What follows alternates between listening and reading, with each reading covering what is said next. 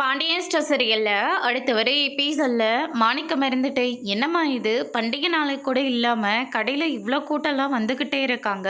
கல்லாவே நல்ல கலெக்ஷன் போல் இருக்குது. இதில் டெலிவரி வேற பண்ணிட்டு வராங்க. அப்படின்னா ஏகப்பட்ட கலெக்ஷன் வரும் போல இருக்குமா அப்படின்னு சொல்லிட்டு மாணிக்கம் இருந்துட்டு தங்கமயில் கிட்ட சொல்லவும், அப்பா நேற்று மாதிரி ஏதாச்சும் ஒன்று பண்ணி வைக்க போகிறீங்க. நீங்கள் கடையில் இருக்கிற ஒவ்வொரு நிமிஷமும் என் புருஷன் பயந்து போகிறாரோ இல்லையோ, நான் ரொம்ப பயந்து போகிறேன். ஏற்கனவே அந்த 10,000 பணம் என்னைக்கு வெளிச்சத்துக்கு வரும்னு தெரியல. அதுக்கே நான் பயந்து போய் உட்காந்துட்ருக்கேன். தயவு செஞ்சு எனக்கு அந்த படத்தை ஏற்பாடு பண்ணி கொடுத்துருங்க. நீங்கள் எங்கே கடை வாங்குவீங்களோ என்ன பண்ணுவீங்களோ எனக்கு தெரியாது.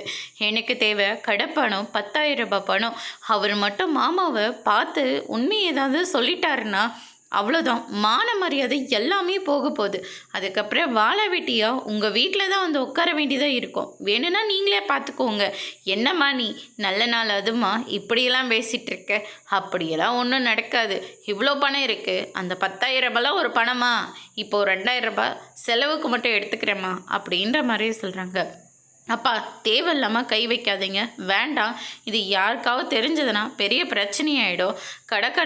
கணக்கு வரலைன்னா மாமா சும்மாவே இருக்க மாட்டார் அப்படின்ற மாதிரி சொல்கிறாங்க. நீ ஏதாவது ஒன்று சொல்லி சமாளிச்சுக்கோமா அப்படின்னு சொல்லிட்டு கல்லாவிலிருந்து பணத்தை எடுக்க போகிறாங்க. அந்த நேரம் கரெக்டாக நம்ம பாண்டியன் வந்து நிற்கிறாரு. பாண்டியனை பார்த்த உடனே மாணிக்கமும் தங்கமயிலும் பயங்கரமாக ஷாக் ஆகுறாங்க. அதோட பிரம்ம முடிச்சிருக்காங்க.